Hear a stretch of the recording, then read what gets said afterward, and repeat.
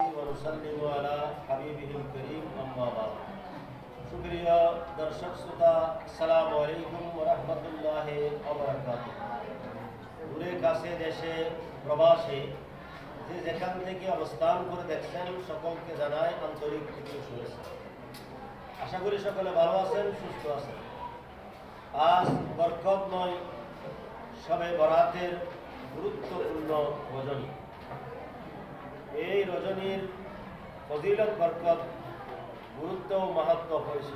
মহান আল্লাহ সুবহানাহু ওয়া তাআলা আল কোরআনের সূরা দুহানের শুরুতে বলেন, হামিম ওয়াল কিতাবিল মুবিন ইন্না আনজালনাহু ফি লাইলাতিন মুবারাকাহ।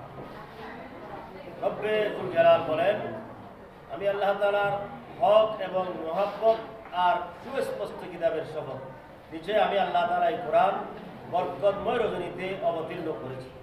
এখানে বরকতময় রজনী দ্বারা অনেক মুফাসসিরিন কেরাম লাইলাতুন নিসফ মিন শাবান তথা শবে বরাতের রাতকে বুঝিয়েছে বলে উল্লেখ করেছেন। প্রিয় নবী রাসূল আরবি সাল্লাল্লাহু তাআলা আলাইহি ওয়াসাল্লাম পবিত্র হাদিস শরীফে ইরশাদ করেন, ইযা কানা লাইলাতুন নিসফ মিন শাবান ফাকুমু লাইলাহা ওয়া সুমু নাহারা। যখন লাইলাতুন নিসফ মিন শাবান তথা শাবানের 14তম দিবাগত রাত 15তম রজনী আসে, তখন তোমরা দিনের বেলায় রোজা রাখো, রাতের বেলায় ইবাদত করো। কেননা এই রাত যখন আসে, মহান আল্লাহ সুবহানাহু ওয়া তাআলা প্রথম আসমানে তাজাল্লি বিস্তৃত করে বান্দাদেরকে আহ্বান জানাই, বান্দা আমার কাছে কে আসো, গুনাহ মাফ চাইবে, আমি গুনাহ মাফ করে দেবো।